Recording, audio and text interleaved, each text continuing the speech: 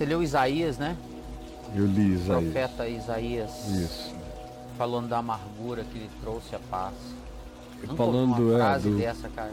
do profeta Isaías com o rei Ezequias em Israel, naqueles dias do cerco da Assíria, de Senaqueribe, e como eles foram salvos pela intervenção alienígena de anjos do Senhor. No dia seguinte, 185 mil soldados assírios estavam mortos em volta de Jerusalém, sem ação humana nenhuma. Amanheceram mortos. E há um texto que não é o de Isaías, mas de Crônicas, e que nos diz que foram só os oficiais mais graduados os que morreram. Foi uma espécie de morte seletiva desses anjos do Senhor durante a noite.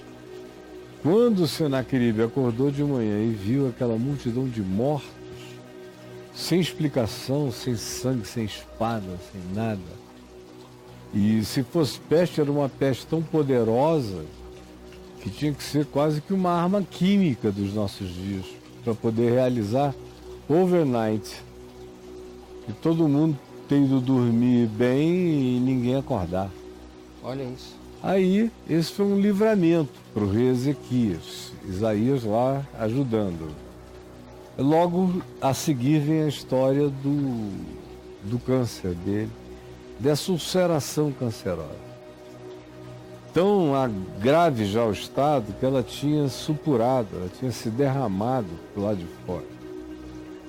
Aí é que vem a história do figo, do pedido de oração, da oração por 15 anos mais de vida, e aquela dúvida de que se Deus iria atendê-lo mesmo. Aí, para dar a ele um tira-gosto, Tira gosto. antes do milagre, o sol retrocede no relógio de Acásio, um relógio de sombra, relógio solar, retrocede 10 graus. E aí ele se enche daquela alegria de fé e é curado.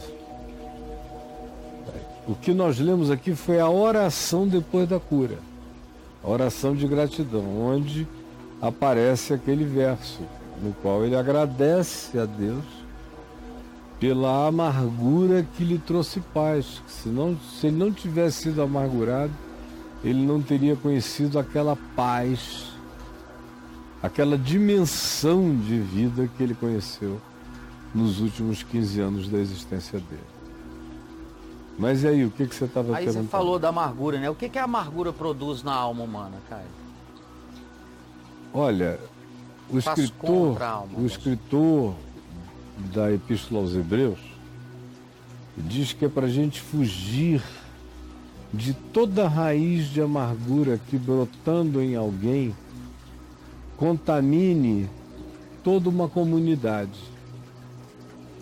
Uma pessoa amargurada contamina o casamento, contamina os filhos, contamina a família, contamina os amigos, vai contaminando. É uma pessoa radiativa. Porque a amargura está falando de si mesma até quando está calada e em silêncio. Ela vibra uma energia de um descontentamento crítico incessante. E o nome é amargura, porque ela é equivalente a você transformar uma água potável numa água não bebível. É a mesma coisa. Daí que vem a ideia de amargor. Vem a coisa do amargor, né? É daquela coisa que perdeu o ponto de salubridade, de ingestão. Fica iningerível. E é contaminante. Por isso que o escritor de Hebreus diz que é para evitar a todo custo que qualquer raiz de amargura entrasse no coração de qualquer um deles, porque aquilo contaminaria todos os que estivessem em volta. É uma coisa muito séria.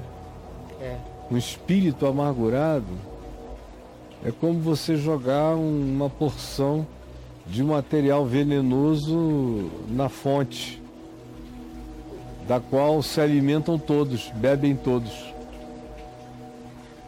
Vai fazendo mal. Não tem como não fazer mal.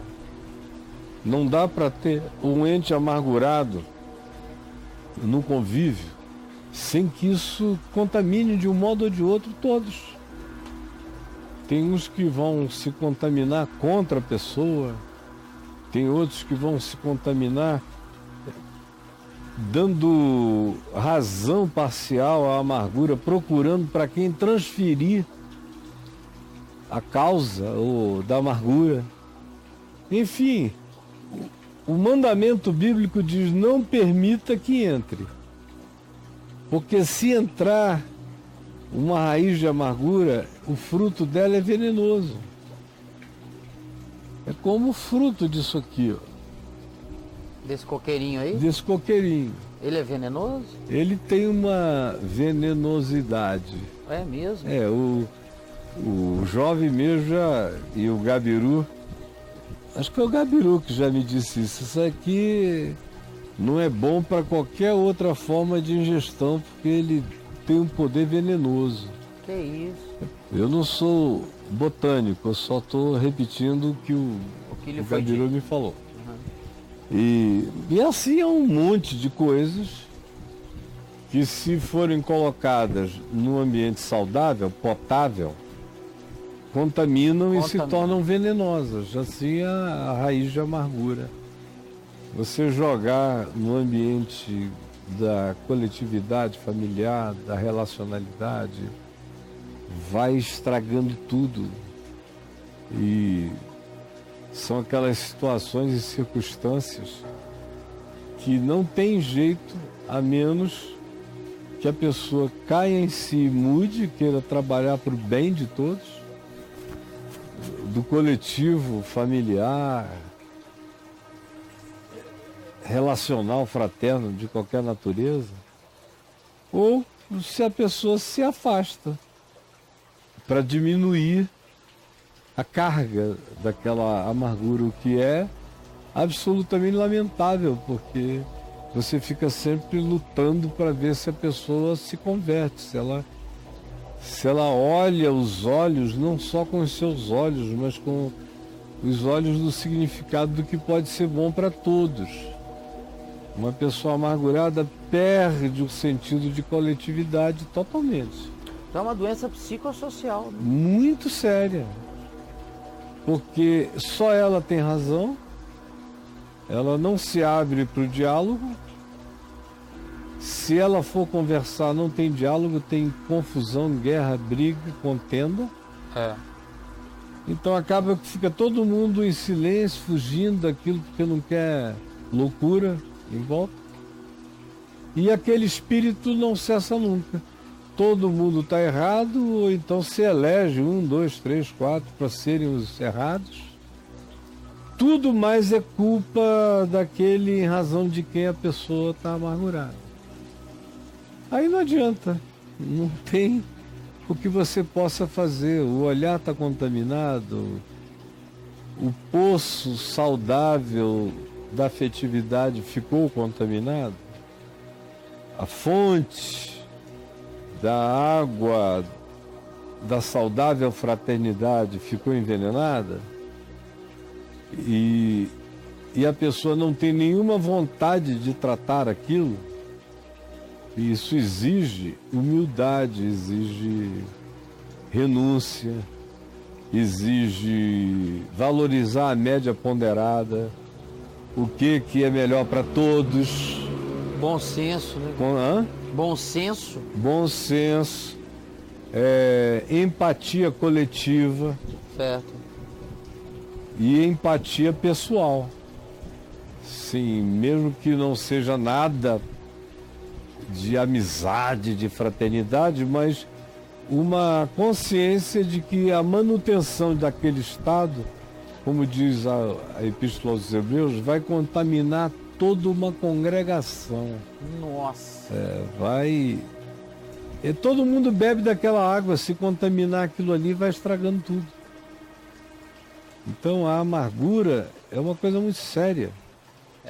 O Velho Testamento trata a amargura como algo do pior tipo. A amargura, a murmuração amargurada, que é aquela incapacidade de ser grato e de se satisfazer, e de ter uma alegria humilde com o que recebe, com o que tem, com o que pode. E aí fica zangado à volta de si. E aí começam a vir as transferências, né? No caso do Velho Testamento, é Deus que recebe a grande culpa. No deserto, era Deus e logo depois Moisés. É contra Moisés que se amarguram. Tu nos trouxeste do Egito, onde eles foram 430 anos escravos, numa relação sem futuro. Aí, de repente, Moisés os liberta, logo depois eles estão reclamando. Aí o Moisés vira vilão da história. Vilão. Normalmente, né? A pessoa que mais ajuda é a que mais é vilanizada. Porque se do lado de lá não tiver um coração muito grato, mais amargurado, quanto mais bondade você fizer, mais você está tripudiando sobre o amargurado. Mais você irrita a pessoa. Mas você faz mal. É verdade, cara. E aí, cara, isso é um câncer relacional. E Paulo diz em 1 Coríntios, no capítulo 10, numa lista onde ele diz: não adultereis, não pratiqueis a prostituição. Ele vem falando coisas assim: não sejais idólatras, não isso, não aquilo. Ele diz: não sejais reclamões, não sejais amargurados, não sejais deliberadamente infelizes, não sejais murmuradores. Que é aquele cara para quem não existe contentamento e muito menos gratidão. Aí, cara, você veja, ele põe em pé de igualdade com vilanias de outra natureza, o amargurado que tem essa atitude murmuradora. É muito difícil, aquele tipo de coisa que nem Deus pode ajudar, né? Sobre a qual Jesus falou, sobre aquele grupo que não se satisfaz com nada, totalmente mal-humorado para com a vida, e amargurado, e murmurador. Jesus diz: olha, nem Deus consegue atender vocês. Não tem condições. Não dá. Vocês não têm solução. Mas, Caio, assim, não sei se é como lidar ou como se proteger do ser amargurado. Como que a gente lida? Como que a gente se protege disso? Bom, de não proteger se é diferente. Se você qual que é o... só trabalha ou só tem um convívio profissional ou acadêmico ou qualquer coisa assim, você pode evitar, né? Ser delicado, ser conveniente, ser tratável, mas não levar para tua casa, não botar no teu círculo íntimo. Sei. Você vai voltar do banheiro um dia, ele vai estar falando mal de você para sua mulher, né? Então, esse tipo de pessoas, quando a gente pode evitar e deixa o cara lá, porque só ele pode se ajudar se um dia ele acordar, senão ninguém pode. E se for minha mãe? Aí você vai ter que fazer uma ginástica brutal, mesmo. Que é aquela, você não vai descartar sua mãe. Aí é que tá o grande lance. Não vai. É a coisa mais angustiosa quando você tem dentro da tua casa, da tua família, uma pessoa assim. Porque você não vai descartar. Tem outras implicações. Claro. Tem outros vínculos. Você tem interesse em que as coisas boas aconteçam para a pessoa. A menos que você seja tão ruim quanto ela, né? Aí você fica desejando mal, tratando mal, mas se você não é assim, você fica querendo que a pessoa mude. E ela não muda nunca. Ela sempre agrega mais razões para ser como ela é e fica tentando abraçar fantasmas que justifiquem a sua postura.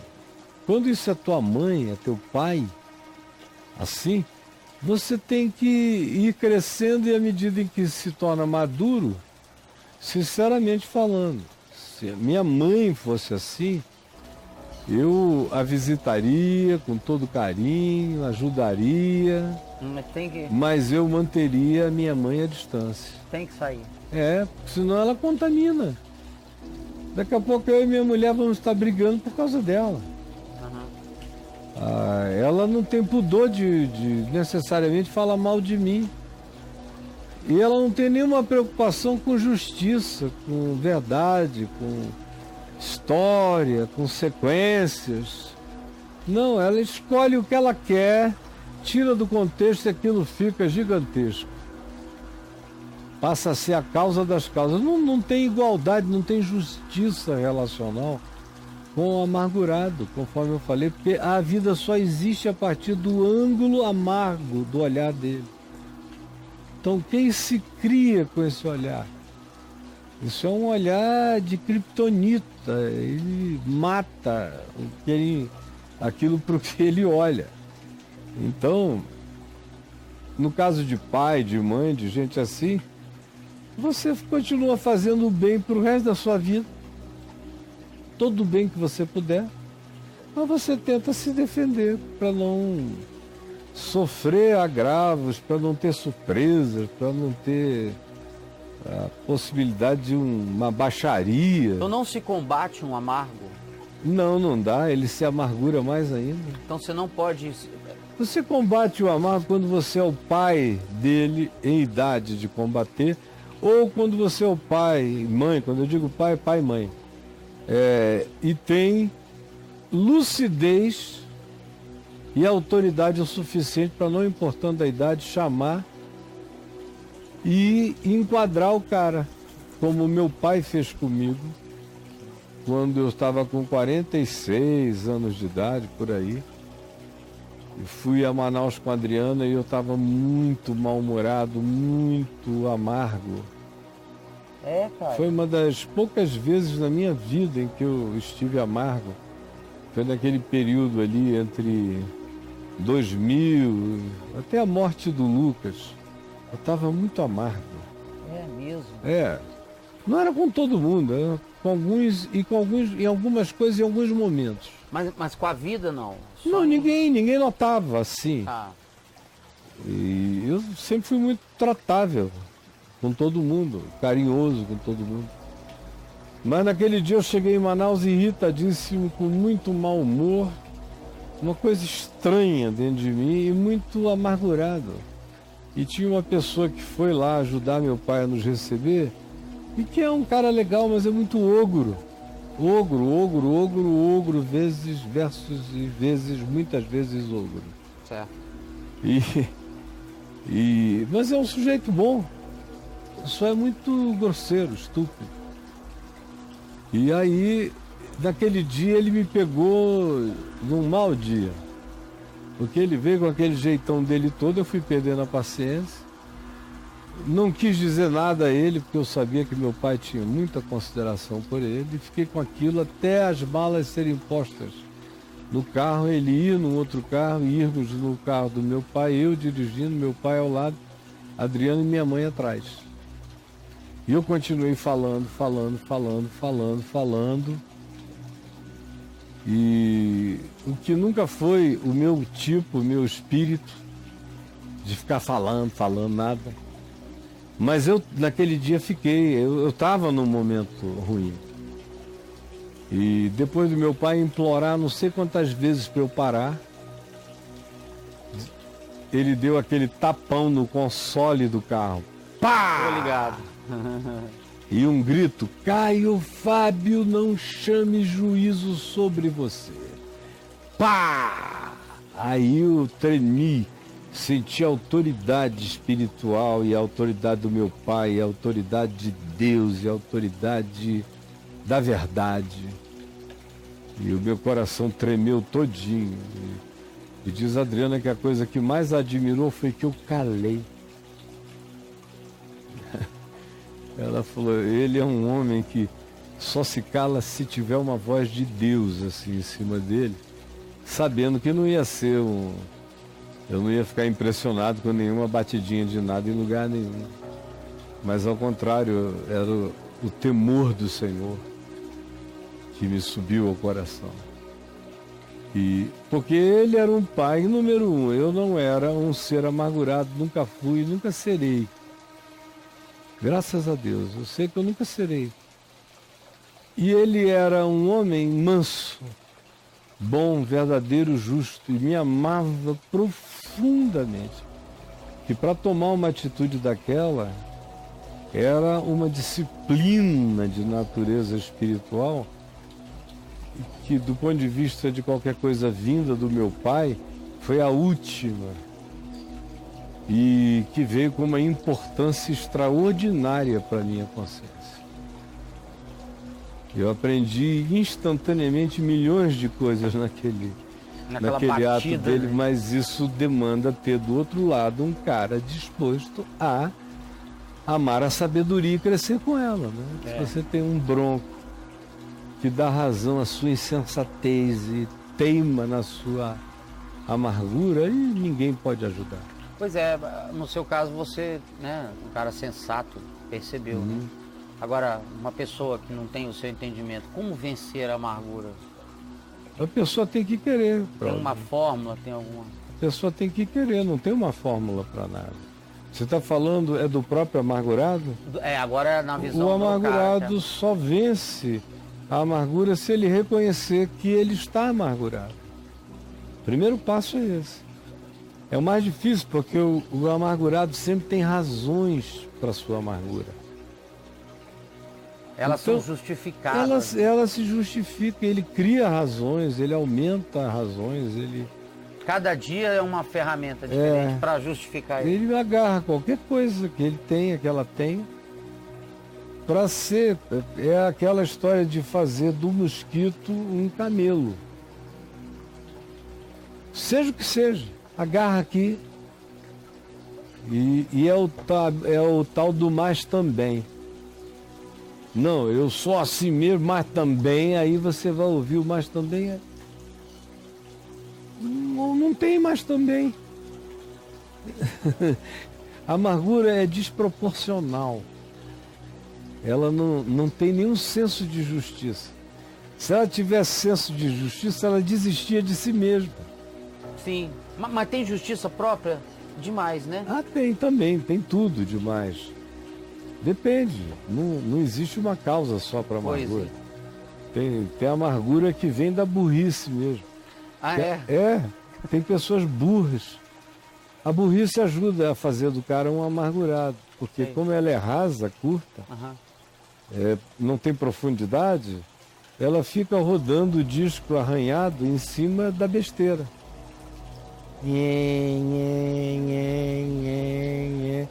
Então o burro, coitado, ele se a burrice dele for também uma burrice traumatizada, porque o trauma às vezes é a razão que o amargurado tem para alimentar sua amargura, decorre de um trauma. Certo. Às vezes ele sabe. Às vezes a pessoa amargurada não sabe nem o que é. Nunca quis estudar, nunca quis entender. Tem medo de entender e tem raiva de quem compreende. E aí, tudo é razão em favor dela. Se você tenta ser legal, você é cínico. Se você tenta ficar mais retraído, agora você é acusado de não ter interesse. Se você manifesta muito interesse, você é interesseiro, ou você está com segundas intenções, não tem saída. Quando um estado negativo desse se fixa na mente de uma pessoa, a única saída é um milagre de iluminação e a pessoa dizer, pelo amor de Deus, eu estou um poço de amargura, de raiva, de ressentimento, de justiça própria. Sei. E aí o amargurado acaba se tornando um ser muito orgulhoso, porque o escudo da amargura é o orgulho. É o orgulho. Aí ele se defende atrás desse apelido, meu orgulho, para não tratar da minha amargura, do meu complexo, dos meus traumas, dos meus sentimentos de inferioridade, das minhas transferências, das minhas projeções. O cara não quer tratar de nada disso, então ele se torna aquilo que ele não quer tratar. Você só não se torna aquilo que você não quer tratar se você tratar aquilo que você não quer tratar. Senão o cara se negar a tratar, já era. Já perdeu. Senão, foi como a resposta que eu dei aqui para o esquizofrênico.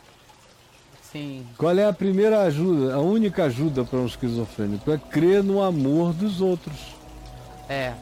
Transferir para os sentidos de quem nos ama a aferição, o aferimento de se o que eu ouço é objetivo, é só meu subjetivo, se o que eu vejo é objetivo, é só uma impressão minha, real, subjetiva, mas no meu cérebro. Se eu tenho que transferir, tenho que confiar. E confiar. Se o outro disser, olha, não tem ninguém ali, aí... Confia. É a única saída para melhorar, para atenuar a gravidade da esquizofrenia, é você transferir em amor, em confiança para o outro, os sentidos que lhe faltam ou que em você estão perturbados.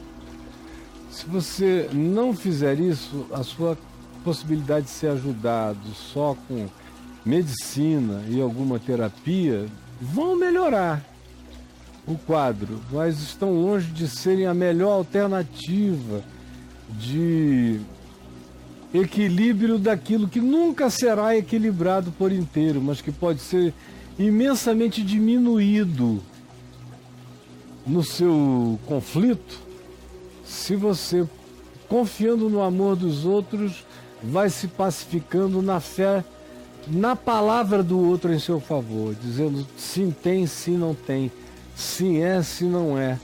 Se não tiver essa confiança e essa humildade para receber ajuda, não é ajudado jamais. Aí, nesse caso, às vezes é mais fácil você convencer um esquizofrênico, por amor, Sim. a confiar em ti, do que um amargurado, porque o amargurado não crê em amor de ninguém, a não ser de alguns que ele elege para o amarem, e que são aqueles que concordam com a amargura dele. Porque quem quer que discorde, ele já tem uma coisa radical contra a pessoa. Ou que ele sinta que não pensa daquele jeito, não vê daquele jeito, nunca verá daquele jeito, já é, de certa forma... E chega a ter pena, né? Não é antipatizado. Sei. Enfim, é uma coisa com a qual todos nós já lidamos a vida inteira e ainda lidaremos até morrer, né? E graças a Deus não é todo mundo que é assim, são só alguns. Senão a existência se tornaria insuportável. A família, por exemplo, acabaria. Amizades, não daria para a gente ter uma congregação se a maioria fossem pessoas amarguradas. Graças a Deus, essa é uma doença psicológica. É uma doença de natureza psicológica. E às vezes de caráter, mas em alguns outros casos é só psicológica mesmo. É trauma que põe a pessoa numa defensividade hostil. E às vezes a escolha não tem nada a ver com a ação do outro contra você. Às vezes é totalmente gratuito. Às vezes não tem nem onde pegar, simplesmente eu escolhi assim que é. Ela elege e vai. E pronto. Quem quiser que se adapte. E tem muito, o amargurado demanda muito que você escolha os lados. De que lado que você está. Que lado você está, é isso mesmo. E Divide, intime. Intime, pede como prova de amor. O amargurado pede como prova de amor, mesmo quando ele não fala explicitamente, ele deixa subentendido. Se você o ama, você não convive com aqueles que ele acha que não amam ou que o querem mal, ou que boicotam a vida dela, a vida dele. Ele divide. Sempre. É um divisor. Nesse sentido, o amargurado é um diabolos. Um diabolos. Que divide. Olha Contamina uma congregação.